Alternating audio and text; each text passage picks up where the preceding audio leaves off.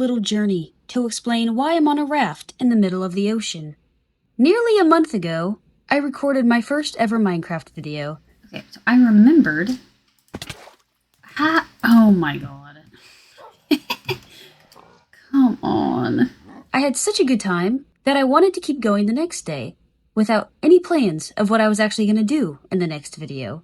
This left me with nothing but my own imagination, and somehow I ended up here. Wait, that's kind of awesome. I wanted to build an automatic transport system utilizing the skeleton horses I found, and I ended up coming up with a simple minecart system that linked a mob, in this case, Kevin, to one of the horses. I wanted this system to fly across the sky, but I knew I needed glass, so I took off on a little expedition to find somewhere to gather sand without completely decimating the entire landscape. I brought compasses along with me and lodestone so I could have more of a fun way to chart anything on my way, and finally, I found the perfect spot. I made camp on this raft, tested if this nautilus could breathe out of water. It cannot. Then I came back to spawn and did absolutely nothing else for a week as I got busy in real life. When I logged back on, I didn't like the size or landscape of spawn, and I knew I couldn't build a transport system because I have nowhere for the transport system to go. So I got to designing, actually took a step back from the spawn world, and I realized that the images I had in my head were very similar to a kaleidoscope or a mandala or something to that effect, and I came up with the idea of having a sort of river night market that was reminiscent of a kaleidoscope. My vision was finally coming together. All I needed was to completely decimate this entire mountain, expand the river, make spawn a smaller island, and completely change the entire landscape of spawn. Easy! Especially since I only used iron shovels for about the first 6 hours. So yeah, I decimated the entire mountain. But I got tired of using only iron shovels and jamming out with this pig. I was not listening to disco, I was actually listening to Christina Perry. I needed more diamonds, but after going mining and dying again, and finally finding this spawner so maybe I could enchant some stuff and dying again, and somehow finding my stuff again by only recognizing the dirt pattern on the ceiling above me or the dirt floor below me, I died again and again and again, and I was so frustrated by losing all of my diamond gear, then all of my iron gear I made to find my diamond gear, and all of my copper gear I made to find my iron gear. I eventually resorted to the one thing I never thought I would ever resort: villagers. In my 15 years of playing Minecraft, I have only made a few villager trading halls, and they usually only consist of Fletchers and librarians. I was dreading this decision, but then I learned something. Villagers trade full sets of diamond armor, tools, and weapons, all for less than 30 emeralds apiece. You can trade carrots and sticks, and get almost an entire full set of diamond gear in maybe a few minutes. And this is only a few villagers. With an actual trading hall, you would have infinite diamond gear. Oh, enchanted diamond gear. All of this comes enchanted. What have I been doing all of this time? I have been playing Minecraft since before villages exist.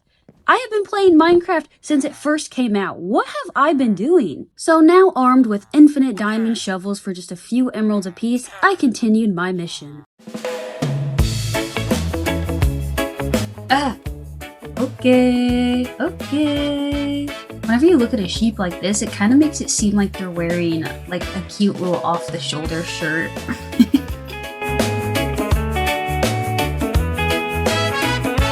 This one, annoying. So is this skeleton.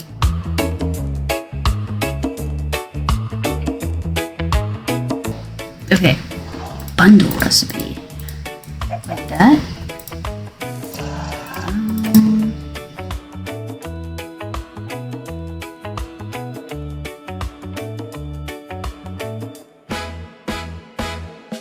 Wait, I think you can make it in your inventory. So it would have to be something like this. Like that. Like that.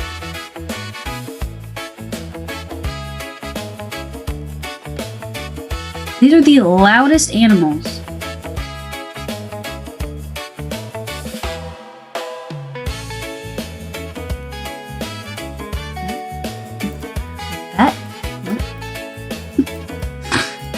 This just why I used the book.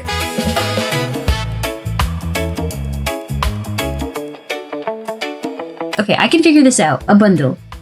It's gonna be string and leather. It's not that. It's not that. It's not that. That. Or that. Or that. Ah! Oh, that makes sense. Because you're like bundling it at the top. Okay. Understood. I have got to do something about that horse. Oh my god.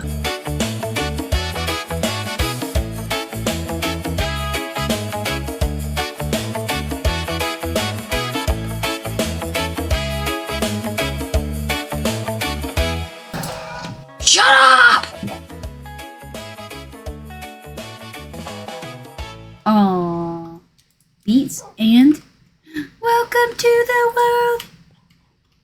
Welcome to New York. Welcome to New York.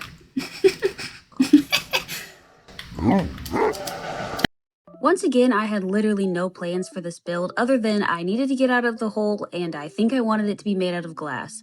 So I used all of my leaf litter to smelt all of the glass that I had mined from that island that I went and explored for. And I built out in a decent area that was already kind of mined out in the river. Right when I got to the river, skeleton horses attacked me again, and I wasn't even recording. So I had to go back, quickly pause, try to press replay, and try to capture any of it on to prove how I suddenly had 4 more skeleton horses in my hole. I have never seen more than one in a game before, and now I have enough to make a huge subway system like I'm talking about. Maybe this is a bad sign, because maybe it just shows how much frickin' time I've been sitting here mining dirt. So I built up from the river bottom, and I tried to make a basic spherical shape, but I accidentally made it way too big. So I had to go back and completely change it to make it a little bit smaller. I want everything to feel like it's temporary. I want everything to be a boat or something where people temporarily come to. I don't want it to feel like a permanent fixture. So I tried to make it a little bit smaller, make it a little bit more like a boat. I was mildly inspired, just kind of in the back of my mind, of Mesopotamian kufrs, I think you pronounce it like. There are these rounded boats that are basically just large bowls. But when I stepped back, it looked so bizarre, and I realized that trying to make something that's perfectly circular and smooth doesn't really work in a blocky Minecraft game. So I tried to add some adornment like trapdoors, and it still was not looking right. Oh hey Grimlen. I couldn't stand to kill this baby zombie because his little copper helmet made it look like he had a baby shaping helmet on, so I kept him. I kind of just worked on experimenting. I tried to add different copper adornments in different places, kind of started building up the glass and just seeing different shapes that worked. I thought maybe if I made the entire thing more of this circular shape, it would look better and keep it very open-aired. But again, it just didn't look right. I didn't like too much copper. I think it dominated when I wanted the glass to be the dominating feature. So I went back, got rid of that copper again, and tried again with more glass. I also realized that the lighting basically changes the entire build. The lighting is going to be the most important part. I also thought that it looked unbalanced and just a little kind of boring having a flat bottom. Even though I like the idea in my head of flat bottom boats in the real world, I just didn't think it really worked for this build. So I went back, tried to add stuff in the floor, maybe you could see through it, made the floor more of a kind of a mountain, like reverse mountain, almost like a glacier shape beneath it. Kind of kept stepping back. This was the whole process. For over about 2 hours, I was just building up, stepping back, building up, stepping back. It was honestly during this build when I realized that I had the kaleidoscope concept in my mind. Mining the entire river, I really had no plan. I had zero plan. I think I just kind of wanted to sit and dig and do nothing for a few hours. So I was starting to get the kaleidoscope kind of chaotic feeling of colors and glass in my head. So I just built it up. I didn't focus on which blocks or which colors I was placing where, because I knew that if I just built up a lot of different colors, these kind of 4 main colors, they were gonna start to blend together and get that frosted glass look I was looking for. I did try to do this spiral here. I can't even voice over it because I know it's about to come. But I thought maybe doing like a funky spiral that I built up to would look kind of cool. So I built the initial spiral. I'm watching it now in the voiceover and I can't even I don't even know what to say, to be honest with you. So that didn't, yeah, so I didn't keep that. I went back and I tried to make it more pointed, but the glass obviously is only in block shape, so you can't really make it look pointed on this scale. So I had to go back eventually with copper, but I kept running out of copper. And see, it's looking a little bit better here, but I kept running out of copper and glass, and I kept forgetting my crafting table. For some reason, I kept running back to the little hole in the floor, which I had to get in the water, swim, get on the land, go in, use the crafting table, and I kept forgetting to bring the crafting table with me. Eventually, I finally got one in there, but it literally took me like probably 5 times of jumping off this boat. So again, I'm adding some more adornment, seeing what it looks like, and just really slowly working my way up. I kept feeling like the scale was off, so I kept just adding more and more height, but then that would throw off the rest of the build, because if you had one layer of glass, then the entire build would be thrown off, because then it would, like, the depth would be thrown off. So I had to keep going back and keep building up the different colors and layers of glass, but I kept running out of glass, and I kept having to run back and grab more sand from the chest because, like with the crafting table, for some reason I just wasn't putting a chest down and loading up everything that I needed. I guess I just wanted to keep swimming and having the chance to punch fish. I thought that by adding some of these copper bars, it would give it more of a very like adorned look to it, while also giving some pointedness, some like smaller blocks, just something to kind of reduce the large size that the large glass blocks added. I started to really like it here. I think it was starting to come together, but it still looked really blocky at the top. So I went back up and I got rid of those top pieces of bar, and suddenly it just kind of suddenly came together once I did that. I think it finally had that very pointed, very sharp look at the top. But I didn't like that the glass faded away and now it felt like the copper was the main focus. So I went back and got rid of some of the detail and then added some more at the bottom, so it looked more like it was heavy on the bottom, yet very light and full of glass at the top. And when I stepped back, I really liked it. Again, the lighting threw it off, so I thought I would add a few of these lanterns just to get a kind of general idea of what it would look like once I had more lighting and more decoration surrounding the boat. I think it eventually came together. It was kind of like 1 minute I was about to bomb the entire thing, and then the next minute I realized that it might actually work out a little bit. So the interior is based in my inspiration for kind of the rest of the build, which is the idea not of a market that people come and stop to shop at, but a market or a place where people with boats come to sell their wares from their boats. It is a temporary place where the shops come to the location. The shops come to the customers, basically, is the concept. So this is one of those barges where it would float in and it would sell wares from the boat. So I wanted it to have almost like a storefront stall feel to the inside. I decided that this vessel is captained by our little copper golem.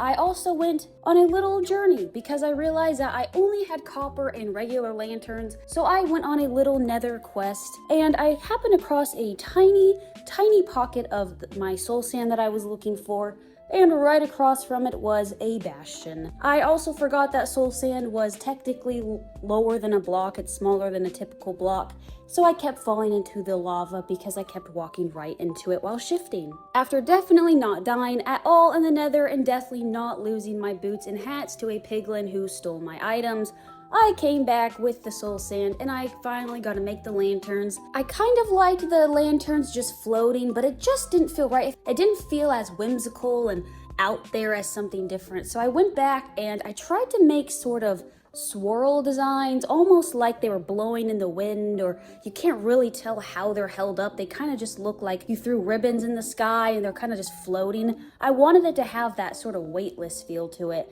and I think this shape eventually captured it. The only easy to mine blocks I had left was the soul sand, so as I was climbing up to hang some of these lanterns, I realized that the water was making bubble columns, and I had an idea for how to get out from the spawn island to this boat. My issue before was that I didn't want lily pads or a direct path, but I didn't really want just boats hooked up to it because that didn't really make sense to me lore-wise.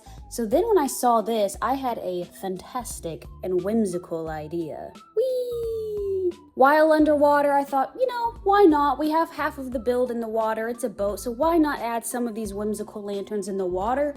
And I honestly think this is when the build really came together. I think this is when the framing looked right. It no longer looked like the lanterns were disconnected. I think that was the main problem I was having with sort of the smaller lanterns, is that it felt like something that was happening away from the boat. It didn't look like one cohesive build. But now that you have lanterns in the water framing the boat and lanterns in the sky that are kind of the same shape, it looks like one solid cohesive build. When I got back from the Nether, I actually realized that Grimlen had lost his helmet, so I decided to just throw him another copper helmet because he just isn't Grimlen without his little helmet. I mean, come on, look at him. He did turn away from me. I think he was mad at me, so I tried to bribe him to be back in my good graces with a flower, but we'll have to keep checking on him and seeing what it is he wants. He just does not communicate. But in the next one, I think I am gonna maybe play around a little bit more. If anyone has any ideas for more decoration or more to add to this build, please let me know. I honestly don't know when the idea came to me, but I did remember that copper grates like this can be waterlogged, and I suddenly had the idea of what if the copper surrounding the glass was waterlogged with water, just to give more of a blue gradient to the copper so it wasn't such a jarring difference. So I went over to the build, started filling it with water, and when I took a step back, it was very cool. It had a very interesting effect going on to it. So because of the render distance and just how some of these waterlogged effects are rendered in, it started to almost make the build look like it was shimmering. Sometimes you had more blue, sometimes you had more of the copper grate feeling, and now of course as you got closer you lost some of the blue,